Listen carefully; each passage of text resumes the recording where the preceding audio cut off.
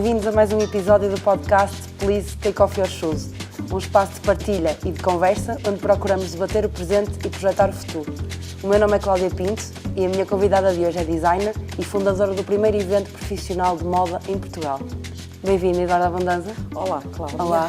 Obrigada por este convite. Estou muito contente de estar aqui. Obrigada por aceitar estar aqui connosco hoje. Sim.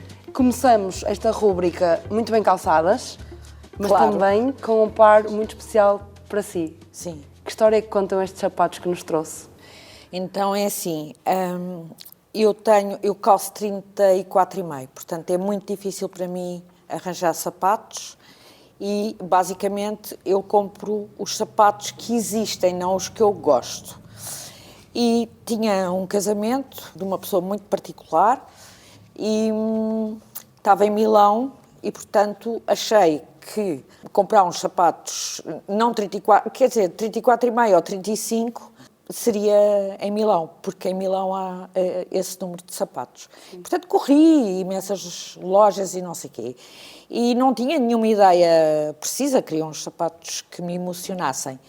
E, de repente, entrei na Roger Vivier e vi estes sapatos, já tinha visto outros antes, e depois pensei, não, Roger Vivier é um sapateiro, faz parte da história do calçado, dos sapatos e da moda, e eu não vou nada comprar uns sapatos de uma marca qualquer, eu vou comprar uns Roger Vivier porque é emocionante para mim ter.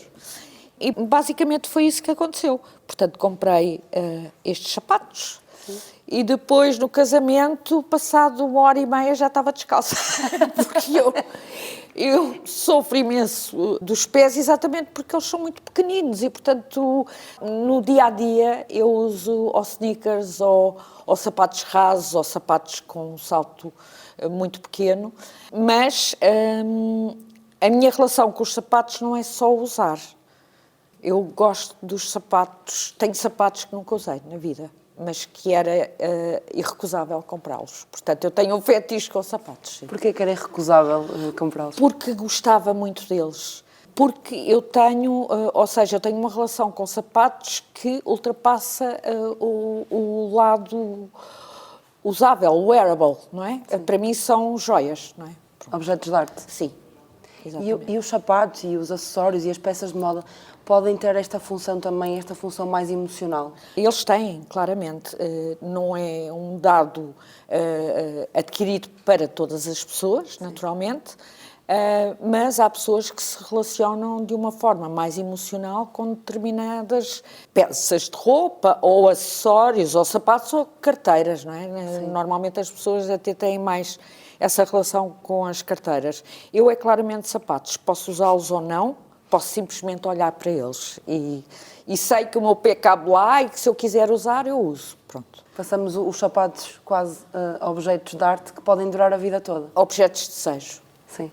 Aliás, há imensos estudos sobre o lado fetichista dos sapatos. Sim. Eduardo, voltando um bocadinho à sua história, como é que foi passar de estudante em Milão para fundar o primeiro evento profissional de moda em Portugal? Eu, em Milão, essencialmente descobri a moda. Não é? Portanto, eu estava em Lisboa e já estava farta, já tinha feito tudo o que era possível fazer, estávamos nos anos 80, não havia muita coisa para se fazer, não é? E tinha feito todas as atividades possíveis e imaginárias, teatro, trabalho de voluntariado, fazia muito trabalho de voluntariado, teatro. Estive na António Arroio, a Faculdade de Arquitetura estava encerrada em Lisboa na altura, envolvi-me em muitos projetos de ação social, etc., por aí fora, e estava saturada. Nada daquilo era realmente o que queria fazer. Pronto.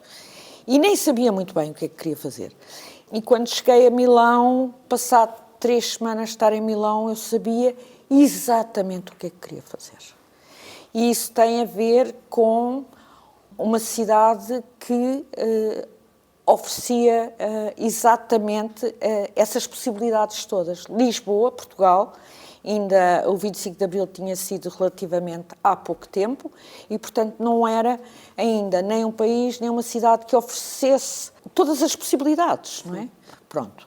E, portanto, eu cheguei a Milão e, passado 3 semanas, sabia que era aquilo. Não estava confusa, não baralhei, não hesitei, não nada, não é? E, portanto, durante esse tempo todo, eu frequentei sempre os meios de moda, porque era aquilo que me interessava. De vez em quando vinha a Lisboa ver a minha mãe e o meu pai, tinha muitas saudades, e também sentir o ar de Lisboa e a luz de Lisboa. Não era uma coisa que se falasse na altura, mas para quem vivia em Milão, vir a Lisboa era respirar. Sim. Não é? A água, tudo isso, Milão era extremamente seco, etc., por aí fora. E então vinha a Lisboa e ia vendo as diferenças que iam ocorrendo, etc., e numa dada altura resolvi regressar, porque o Bairro Alto começava a existir uma movida, e uma movida que implicava várias áreas, mas implicava também a moda. E regressei definitivamente, ainda andei cá e lá, e depois regressei definitivamente e vim para Lisboa e criei comunidade, porque eu não tinha, não é? Sim. Tinha estado quase 10 anos fora, criei comunidade, criei grupos de amigos, grupos de trabalho, etc. por aí fora. Depois houve uma oportunidade e eu achei que, criando a Moda Lisboa, que eu estaria a proporcionar na minha cidade aquilo que me foi proporcionado a mim em Milão, que era a possibilidade de ter enverdado por qualquer área. E daí a proposta da Semana de Moda à Câmara, ao Pelouro do Turismo, à Câmara Municipal, como projeto estruturante para a cidade. Tem muito a ver com isso, que é, eu tive que sair de cá para perceber o que é que queria fazer. Sim. E encontrar essas possibilidades e, portanto, quis depois, no regresso à minha cidade e ao meu país, criar condições para que isso acontecesse para toda a gente que se interessasse por moda. Eu, juntamente com o Mário, naturalmente, Mário Matos Ribeiro, e o Paulo Gomes, mais tarde. Acha que as cidades têm este papel de aquilo que encontrou em Milão, acha que as cidades têm esse papel de fomentar a criatividade e de encontrar alternativas? Acho que têm. As cidades, os países, não é? Aliás, quando regresso a Lisboa, achava que era um ato de democracia fazer crescer uma área que não estava desenvolvida como ato de liberdade, que eu nasço em Lisboa, é aqui que eu estou, eu tenho que ter a liberdade de poder exercer a minha atividade e aquilo que eu gosto. Isto é geral para todas as atividades, claramente, sim. E foi fácil a criação da Moda Lisboa? Não foi fácil, teve muitos desafios. Nós, antes de fazermos a Moda Lisboa, fomos estagiar para Paris, perceber o que é que eram os bastidores de um desfile grande, porque nós não tínhamos noção quantas aderecistas eram precisas, quantos charriots eram precisos. Não havia grandes desfiles, com exceção da Ana Salazar e da Manelinha Gonçalves, não é? Mas era um ato único. Nós íamos produzir 15, 20 desfiles, não é? Portanto, a máquina era uma outra máquina e, portanto, fomos aprender a fazer isso tudo, a calcular a métrica para uns bastidores, não sabíamos sequer se eram 20 metros quadrados, se eram 100 metros quadrados, se eram 300, não tínhamos essa noção. Ver como é que as luzes eram feitas, porque em Portugal só havia luzes para música, para concerto, não havia luzes dedicadas à nossa área, portanto, perceber como é que tudo aquilo era feito. E depois começámos a montar a Moda Lisboa e a afinar, não é? Porque não existia nada disso. Nem existia um manequim, quer dizer, existia uma agência de manequins, que era a Central Models. O ensino da moda em Portugal, existia uma escola privada, italiana, não é? O CITEM, e, portanto, a Moda Lisboa depois, a partir do momento que começa a ser, que não tem interrupções, que é sistemática durante 3 anos, cria esse mundo novo de atividades e de ofícios e de profissionalização que não existia em Portugal na área da moda. As escolas começam a abrir, as agências a proliferar, surgem muito mais revistas e surge uma coisa que é o jornalismo de moda. Nós já tivemos jornalismo de moda. Hoje em dia não temos jornalismo de moda, mas o próprio jornalismo tem as questões inerentes à sua própria área, que todos sabemos. Mas nós tivemos jornalismo de moda. até aos anos 2000 e tal nós tivemos. E, portanto, tudo isso foram atividades e profissões que nasceram a partir da Moda Lisboa. O evento foi transformador para a própria indústria? Foi transformador, sim. Entretanto, eu e o Mário, tínhamos uma grande relação com a indústria no Norte, porque fazíamos a feira maior de Portugal, que era a extinta Portex, não é? Sim. E durante 2 anos e meio, o que significa 5 estações, não é?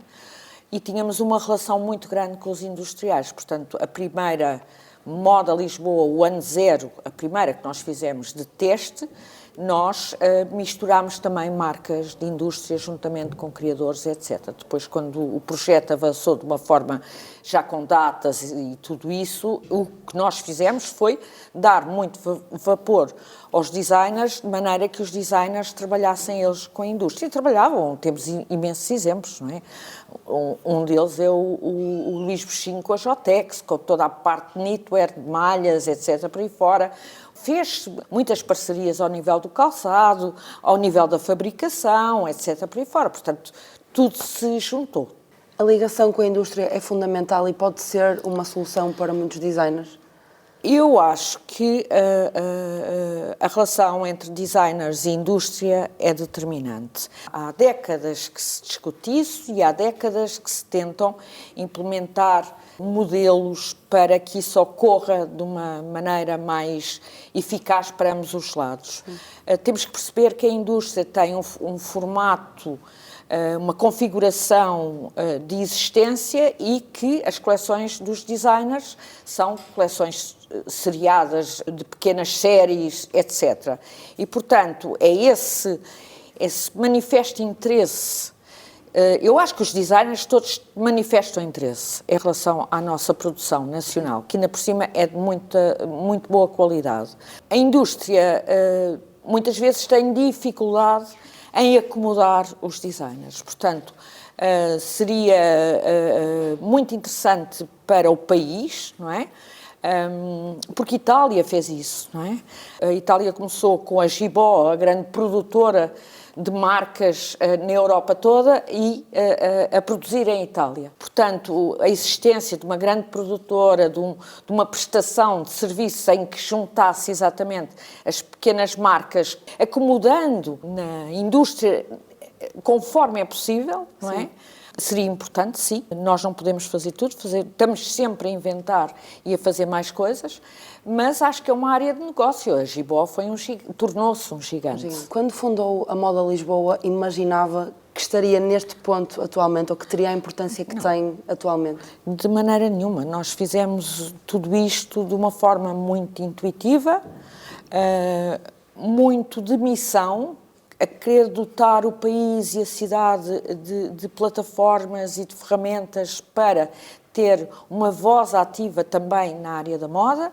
E éramos tão workaholics, nós trabalhávamos dia e noite, não é? Nós dormíamos pouco, não era porque íamos para o frágil, nós dormíamos pouco porque trabalhávamos imenso, nós estávamos sempre a trabalhar. Quando íamos jantar, nós estávamos a trabalhar, estávamos sempre a discutir, a inventar e a fazer. E a empreender, não é? Sim. Pronto.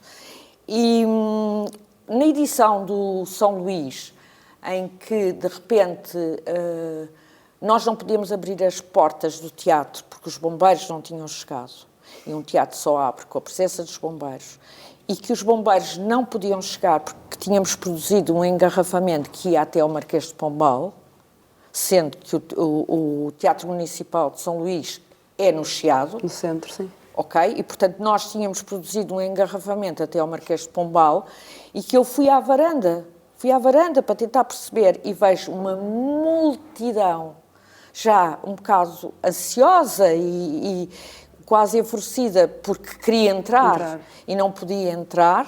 Aí meti as mãos na cabeça e pensei, oh my God, oh meu Deus, o que é isto? Que medo! O que é que eu queria? Foi a primeira vez que eu tive medo.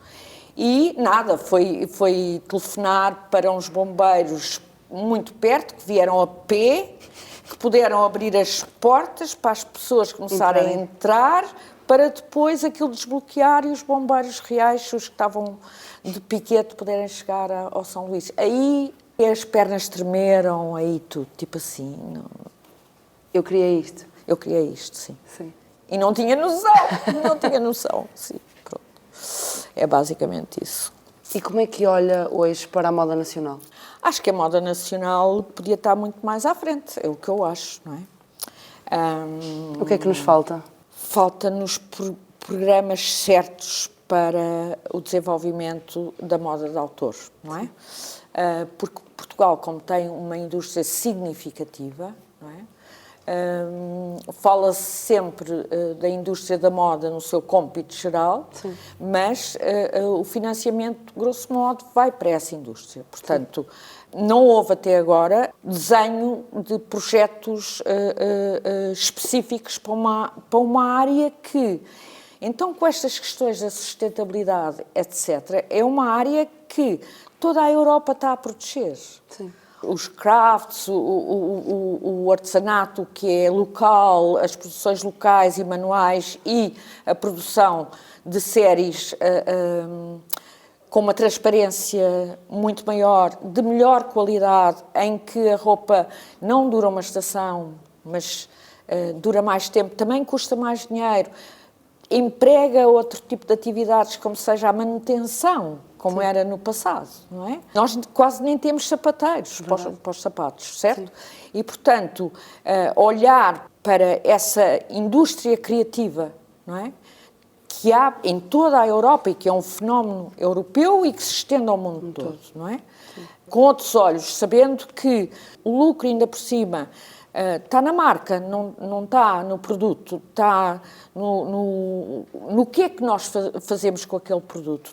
Eu posso, com os sapatos, desenhá-los às 3 pancadas, não me ralar nada com os materiais que estão implicados neles, não me ralar nada com o desperdício que aquilo produz, estou-me nas tintas para isso tudo.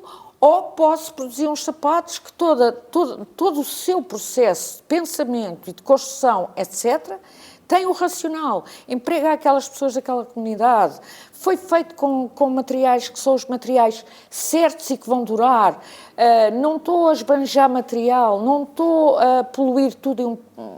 Claro sim, que vão custar mais, mas eles vão durar muito mais. Não só ao nível da roupa, como de tudo, eu gosto de coisas que duram. Ponto. Para a vida. Sim, que duram, sim. Esse é o verdadeiro luxo e, ao mesmo tempo, a verdadeira sustentabilidade? Sim, quer dizer, nós depois vamos ter que conviver com uma indústria mais barata e mais massificada, porque, obviamente, nem toda a gente tem dinheiro para comprar sapatos muito caros e não sei o quê. A questão aqui está em que as marcas mais massificadas têm que ser também verificadas, não pode ser assim a globalização selvagem, que foi aquilo que nós assistimos, não é? Portanto, elas têm que ser verificadas e acompanhadas e etc. E têm que fazer esforços para conter os excessos de produção e isso tudo, e depois têm que pagar taxas, lamento, mas têm que pagar taxas porque a sua pegada, já depois destes passos todos, a sua pegada é uma pegada muito grande para todos, não é? Para todos. O que significa que não serão tão baratos, mas nós não precisamos de comprar uma camisa todos os dias, não é preciso sim, isso. Nós conseguimos relacionar-nos com a roupa como no passado nos relacionávamos, com a qualidade, com o corte, com o desenho, com a história que ela conta, com a sua autoria, com quem a fez, nós conseguimos emocionalmente ligar-nos mais do que com um farrapo que não dá nem para ir para a lavandaria porque já se estilhaçou todo. Mas a nossa mentalidade enquanto consumidores também tem de mudar. Tem, mas não é só isso que vai produzir. A nossa mentalidade como consumidores tem que mudar, mas não vamos imaginar que os milhões de pessoas vão todos estar a ler etiquetas que não acabam mais. Verdade. Pronto. Há uma parte do consumidor que vê o preço, vê a coisa e compra assim. E, portanto, está na mão de quem produz a roupa essa responsabilidade. Não podemos... Nós temos uma responsabilidade social, humana, cultural, sim, para quem é mais esclarecido e para quem tem mais informação. Mas não vamos pensar que o mundo inteiro vai ser só isso. Não, tem que haver regras, tem que haver leis, tem que haver fiscalização, tem que haver tudo isso. Eduardo, uma parte da sua vida também foi ligada ao ensino. Qual a importância da ligação dos estudantes também à indústria? É muito importante, se bem que também essa então está no final da cadeia, não é? Se com os designers muitas vezes é difícil, com os estudantes mais ainda. Fazemos pontes, criamos dentro de cada escola com os recursos que tem. Já há várias estações que os meus alunos aplicam a metodologia sustentável de design, certo? O ecodesign, as regras do ecodesign, não as usam na totalidade, escolhem um grupo delas às quais vão responder, usam dead stock, portanto tem essa relação com as fábricas a partir do dead stock, usam materiais nacionais, principalmente a partir do dead stock, essencialmente, com exceção de um ou outro material, mas sempre nacionais, portanto a pegada é pequena. Sim. E nós, professores, tentamos fazer visitas de estudo e visitas lá acima, seja, agora não há feiras, praticamente, mas quando havia feiras, às feiras, ou então juntamos um hall de indústrias para maximizar o dia e num dia conseguimos ir a 3 fábricas. Tentamos ver uma fábrica que tenha a parte de reciclagem também. Por exemplo, a questão da reciclagem é muito importante os alunos perceberem como é que ela se dá. Sim. Para depois transportarem isso para os seus projetos. Tem que ser visto. E o sistema de produção tem que ser visto também para entender sim. como é que a produção vai ser feita. Portanto, tentamos aproximar o mais possível, sim. Quando falamos de sustentabilidade, falamos muito na parte produtiva e no produto final. Mas o design tem uma importância muito grande, né, com a questão do ecodesign, porque muitas questões de sustentabilidade podem ser resolvidas no início de tudo, portanto, no desenho. Sim, mas nós já aplicamos há vários anos, até porque há uma normativa da Comunidade Europeia que diz que no ano em que estamos, 2025, o ecodesign, supostamente, é obrigatório a sua utilização em todas as escolas. Certo. Não é? Pronto. Sim.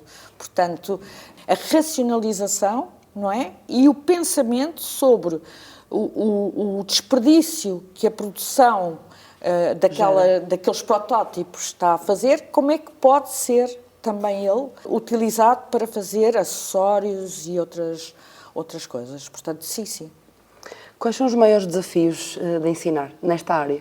O aproximar da realidade. A escola é sempre uma ficção e, portanto, nós tentamos, dentro da escola, fazer uma ficção que se aproxime o máximo da realidade, não é? Estimular a criatividade. A questão da sustentabilidade, isso não é agenda, é um dado adquirido desde a primeira aula. Aliás, ainda me lembro há uns anos atrás que havia uma disciplina de sustentabilidade. Hoje em dia a sustentabilidade está inserida em todas as disciplinas, faz parte dos seus programas. E como é que é como é que é o futuro do trabalho dos designers? Com as novas tecnologias, não é? Com a inteligência artificial e com a utilização das novas ferramentas que é o Cloud 3D e tudo isso.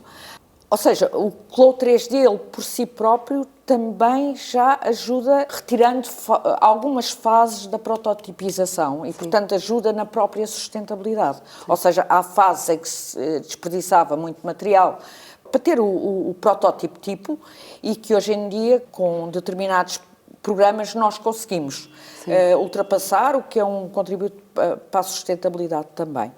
Agora, todo o desenvolvimento e soluções que estão a ser operadas através do desenvolvimento laboratorial ou tecnológico, não é? Estão em constante evolução. Portanto, eu posso começar o ano com determinadas coisas e depois, de repente, tenho um sistema de reciclagem que me vai resolver no final do ano. Portanto, esta constante informação e essa passagem da informação e não é só a passagem, é depois alocá-la no conjunto do restante know-how, não é? Portanto, não é só adquirir a informação e o conhecimento, é misturar com todo o conhecimento que nós já temos, não é? Pronto, estes são os desafios. E a inteligência artificial vai ser um amigo ou um inimigo? Vai ser as duas coisas. Tem sempre a ver com o que é que nós fazemos com as coisas. Pronto. Portanto, Eu vejo a inteligência artificial como uma ferramenta que pode majorar muitas coisas, não é? Mas sei que ela tem um lado negro e que pode ser usada de outras maneiras por outro tipo de pessoas, não é? Sim. E nada, não me perguntes como é que isso... Mais uma vez com fiscalização, legislação, não sei. Tudo o que é selvagem, mais cedo ou mais tarde, dá-te... Problemas. Sim. Como foi a globalização, como são uma série de questões. Portanto, há regras, não é? E agora, vai ser boa e má. Eu vejo do ponto de vista do que é que ela me pode auxiliar, nunca esquecendo as outras práticas, porque tudo o que sai de novo eu consigo integrar num território Sim. que já existe e, portanto, misturo. E é essa noção também a passagem para os alunos, que é misturar e perceber, em relação a cada projeto que temos que desenvolver, com tantas ferramentas, quais as que se aplicam melhor a cada um deles. Sim. Se daqui a 10 anos estivermos a conversar novamente, aqui, quais vão ser os desafios da indústria da moda nacional? Daqui a 10 anos? Sim. Sabes que 10 anos, neste momento, é muito mais tempo do que 10 anos há 30 ou 40 anos atrás, porque havia um ciclo que se repetia. Nós, neste momento, é difícil eu projetar a 10 anos, porque o próprio... O mundo está, neste momento, numa mudança gigante, económica, de produção, de tudo, Sim. não é? Pronto. E, como tal, não há uma navegação que eu possa prever sequer daqui a 3, quanto mais daqui a 10. Sim. Agora, acho que a Europa, enquanto Europa, porque é um território, assenta o seu know-how, não é? Para além da indústria, é o saber fazer, Sim. o saber pensar, a sua cultura, a sua história, não é? A sua antiguidade também, enquanto continente. Não é? E, como tal, eu acho que daqui a 10 anos as coisas continuam, não da maneira que estão, porque elas mudam todos os dias, hoje em dia, mas espero que estejamos numa realidade menos angustiante do que aquela que estamos agora. Eduarda, se pudesse deixar estes sapatos à porta do futuro, que legado é que gostava que eles deixassem? Olha, o legado deles é bom, porque Roger Vivier vem dos anos 30, afirma-se muito, criou o estileto, não é? Sim. Nos anos 50, atravessa os anos 60 e por aí fora, e, portanto, em 2025 eles continuam a ser desejáveis e muito bem feitos e incrível enquanto legado de marca. Portanto, o que eu quero que os meus sapatos deixem é exatamente essa história, essa permanência, essa existência com a história, mas sempre bem. É isso que eu quero. Obrigada, Eduarda. Obrigada. Obrigada por nos acompanhar em mais um episódio do podcast Please Take Off Your Shoes. Até à próxima.